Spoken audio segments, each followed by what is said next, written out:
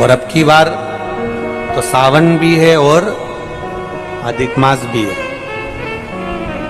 प्रत्येक वर्ष का नियम है, सावन की शिवरात्रि पर ऑनलाइन अभिषेक करते हो आप लोग सब ऑनलाइन अभिषेक। अब की बार 2 अभिषेक रहेंगे, एक सावन की शिवरात्रि का रहेगा और एक अधिक मास भी जो 3 साल में पड़ता है उसकी भी शिवरात्रि का रहेगा। 2 अभिषेक ऑनलाइन पड़ जाएंगे अब की बार, एक सावन की शिवरात्रि का और एक अधिक मास की शिवरात्रि का, क्योंकि अधिक मास की शिवरात्रि का एक बहुत अच्छा नियम है, अगर बना सको तो करिएगा।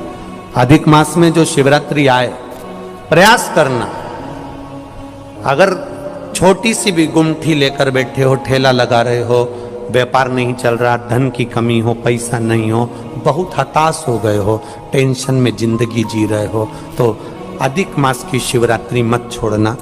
5 दिए अधिक मास की शिवरात्रि पर जरूर लगाना। पहला शंकर मंदिर के द्वार पर, मतलब शिव मंदिर के बाहर। दूसरा बेलपत्री के वृक्ष के नीचे।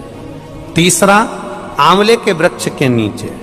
चौथा नदी का घाट या कुएं का घाट या तालाब का घाट या सरोवर का घाट या आपके घर में कोई पानी का हंडा हो उसके पास में। और 5वां अपने दरवाजे की चौखट पर राइट हैंड में दिया अवश्य लगाएं। ये अधिक मास की शिवरात्रि पर जरूर करना। जिंदगी में कितना भी धक्का खा रहे हो गए, भगवान हाथ पकड़कर खींचकर बाहर कर ही देगा। शिव तत्व को जाने। अभी क्या चल रहा है? सावन। हमने पहले कथाओं में कहा, आप लोगों ने स्मरण में रखा होगा, 12 महीने शंकर जी को 1 लोटा जल चढ़ाओ, पर सावन के महीने में शंकर जी को जम के बोलो जरा, 2 लोटा जल चढ़ाओ। इस पुष्कर की ब्रह्मा शिव महापुराण की कथा का स्मरण करिएगा, थोड़ा सा ध्यान दीजिएगा। जैसे ये शिवलिंग है, ये जलाधारी है, ये यहां से जल नीचे जा रहा है। जलाधारी का जो मुख होता है वो उत्तर की ओर हो जाता है, ठीक है, समझिएगा जरा। अब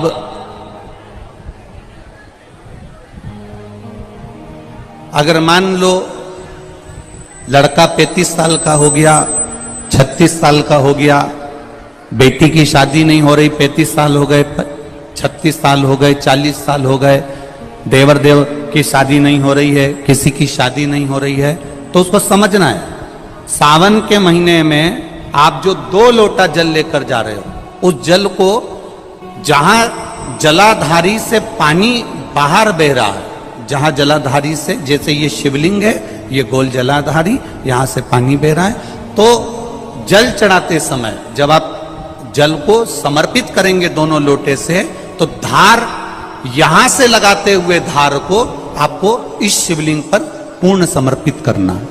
कहां से चालू करेंगे? ये जलाधारी जो बनी हुई है अशोक सुंदरी का स्थान। किसके स्थान से? अशोक सुंदरी के स्थान से। अगर लड़के की शादी, लड़की की शादी ना हो रही हो, 35 साल, 40 साल, 42 साल के हो गए, विवाह का कोई योग ही नहीं बन रहा, 28 साल, 30 साल हो गए, बहुत प्रयास कर लिए, तो एक सावन के महीने का नियम, 2 लोटे जल लेकर देवाधिदेव महादेव के सामने जाइए। यहां अशोक सुंदरी वाली जगह से दोनों धार एक साथ चढ़ाना प्रारंभ करिए और करते करते वो धार शंकर भगवान के शिवलिंग पर ले जाकर छोड़ दीजिए। ये सावन के महीने के अगर आपने मात्र 7 दिन भी लगातार अगर ये धार आपने चढ़ा ली है, तो देवाधिदेव महादेव की कृपा से 3-4 महीने में सूचना आपको प्राप्त हो ही जाती है। 12 महीने 1 लोटा जल चढ़ाइए, संपूर्ण 12 महीना 1 लोटा जल चढ़ाओ। पर जब सावन का महीना आए तो अपने हाथ में 2 लोटे होना चाहिए। भले 1 लोटे के ऊपर दूसरा लोटा रख के लेके जाओ, मंदिर में जाओ, अंदर पहुंच जाओ, दोनों लोटों को हाथ में ले और दोनों की धार एक साथ मेरे देव अधिदेव महादेव को समर्पित करो। दोनों की धार अशोक सुंदरी वाली जगह से जल चढ़ाया जाए सावन में, वो विवाह के लिए है। लग रहा है कोई बीमारी अपने शरीर में आने वाली है, डॉक्टर को दिखाने जाऊंगी, कोई तकलीफ बड़ी आने वाली है, कोई बड़ा रोग इस शरीर में ना आए, तो श्रावण के महीने में 3 जगह पर बेलपत्र, एक अशोक सुंदरी वाली जगह पर जिसकी डंडी का मुख जहां से पानी बहता है वहां रहे, बहुत ध्यान से सुनना। दूसरी बेलपत्र माता पार्वती जी का हस्त कमल जो जलाधारी है वहां, उसका डंडी का मुख अपनी ओर हो। तीसरी बेलपत्र शिवलिंग के ऊपर जिसका डंडी का मुख तुम जहां बैठे हो उससे ठीक विपरीत हो। अगर आप यहां बैठे हो तो डंडी का मुख उधर हो, आप यहां बैठे हो तो डंडी का मुख उधर हो, अपने विपरीत में डंडी का मुख हो। बेलपत्र चढ़ा देने के बाद 2 हाथ में जो तुम्हारे जल का पात्र है उसको बाबा को धीरे धीरे तीनों स्थान पर धार थोड़ी थोड़ी चढ़ाई है और फिर बाबा का आचमन कर कर आई है। कोई जिंदगी में बड़ी बीमारी निकलेगी ही नहीं, बाबा स्वस्थ रखेगा, ये श्रेष्ठता। अगर मान लो संतान का सुख नहीं है, संतान का सुख नहीं है, 20 साल हो गए, 25 साल हो गए, 30 साल हो गए,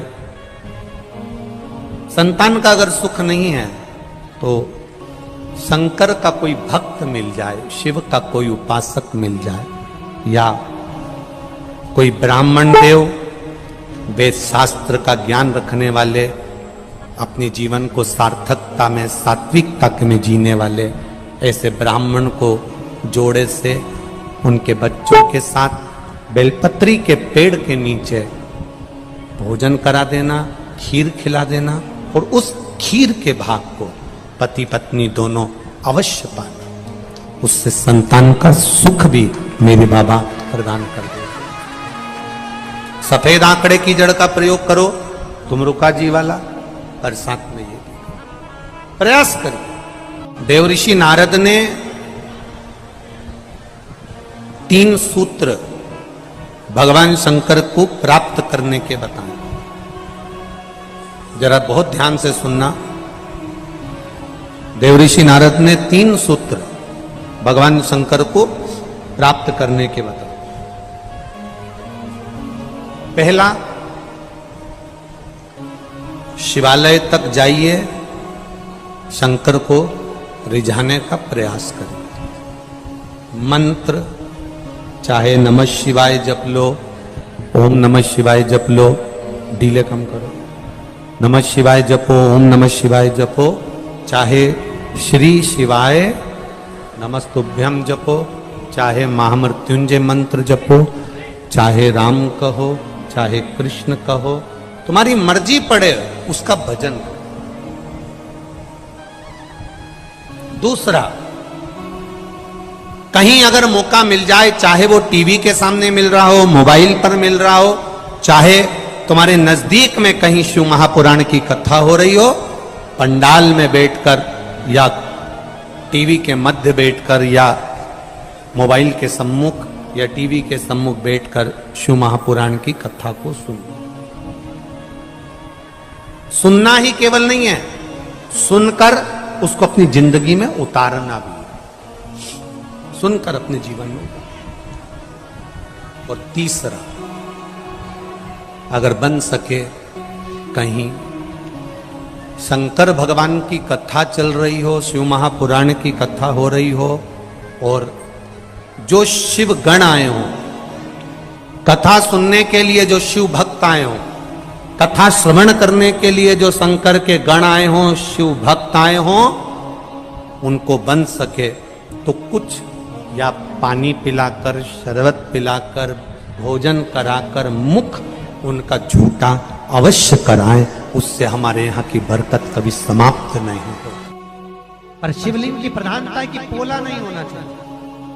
कई कई घरों में शंकर जी का शिवलिंग होता है तो वो ऐसा पीतल का बना होता है, तो नीचे से अंदर से पोला होता है। जो शिवलिंग घर में पोला होता है वो घर में लक्ष्मी को टिकने नहीं देता, पैसा रुकता नहीं घर में, आया और गया, पैसा खर्च होता है।